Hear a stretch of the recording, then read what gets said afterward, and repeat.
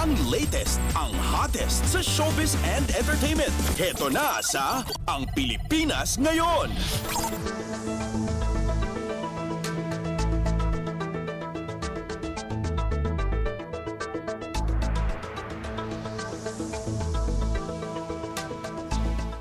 Magandang araw! Nagbabalik ang paboritong segmento ng mga chismoso at chismosa, ang segmentong Balitang Artista. Nagtumuli ang inyong chika Dora Steph Vicente upang hatid ang mga pinakamainit na showbiz balita para sa araw na ito. Hindi ko na patatagalin pa ang ating introduction at simulan na natin ang ratsyada ng mga chika.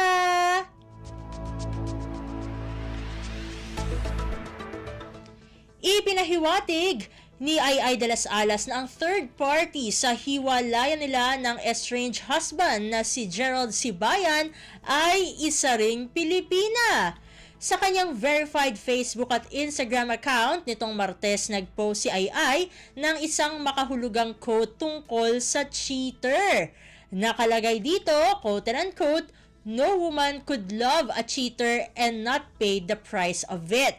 Sa caption, binanggit ni Ai ang mga petsa at lugar sa Amerika kung saan namataan umano ang cheater at ang mistress nitong Pilipina. Ayon pa kay Ai, quote and unquote, "Puro Filipino establishment sa California ang mga lugar kung saan spotted ang mga hindi niya tinukoy na mga tao." Sabi ng komedyana sa caption, quote and unquote, "Ha ha ha, ang balita nga naman kahit ako'y nanahimik, bongga.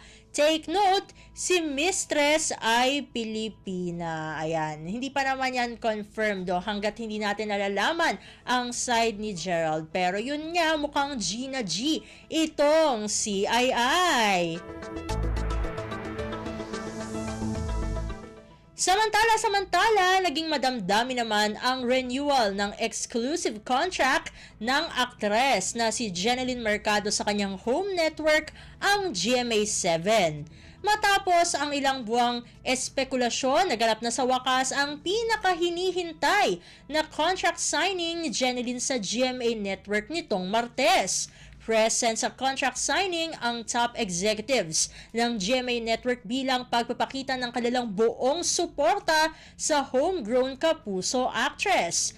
Naroon sina GMA Network President and Chief Executive Officer Gilberto R. Duavit Jr., Executive Vice President and Chief Financial Officer Felipe S. Yalong, Senior Vice President for Entertainment Group Lilibeth G. Razonable at Aguila Entertainment Chief Executive Officer Katrina Aguila.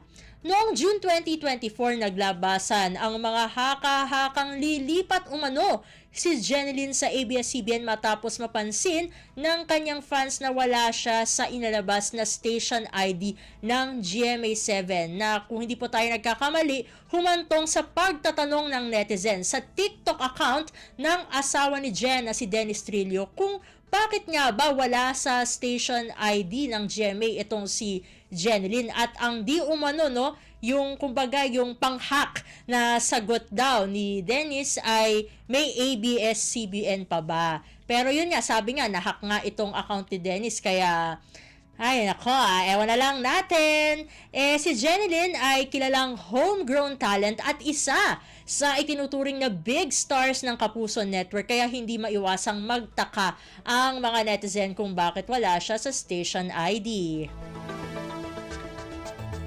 At sa pagtatapos ng ating segmento, ilag kung ilag pa rin si Kailin Alcantara na pag-usapan ang totoong estado nila ng rumored boyfriend na si Kobe Para sa kabila ng mga naglalabasang videos at photos kung saan very sweet sila sa isa't isa. Matipid na sagot ng Kapuso actress ng kinumusta ng entertainment press tungkol sa kanila ni Kobe, quote and unquote, "Okay lang naman po kami."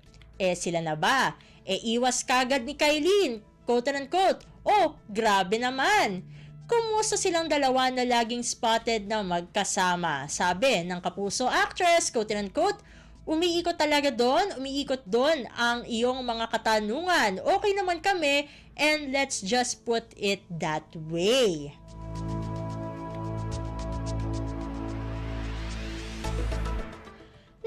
Naku, konti lang ang oras natin para sa ating segmentong Balitang Artista. Maraming salamat mga kachismis para sa inyong pakikinig sa ating segmento. Ako muli, ang inyong chikadora Steph Vicente para sa Radyo Pilipinas World Service. Ang latest, ang hottest sa showbiz and entertainment. Heto na sa Ang Pilipinas Ngayon.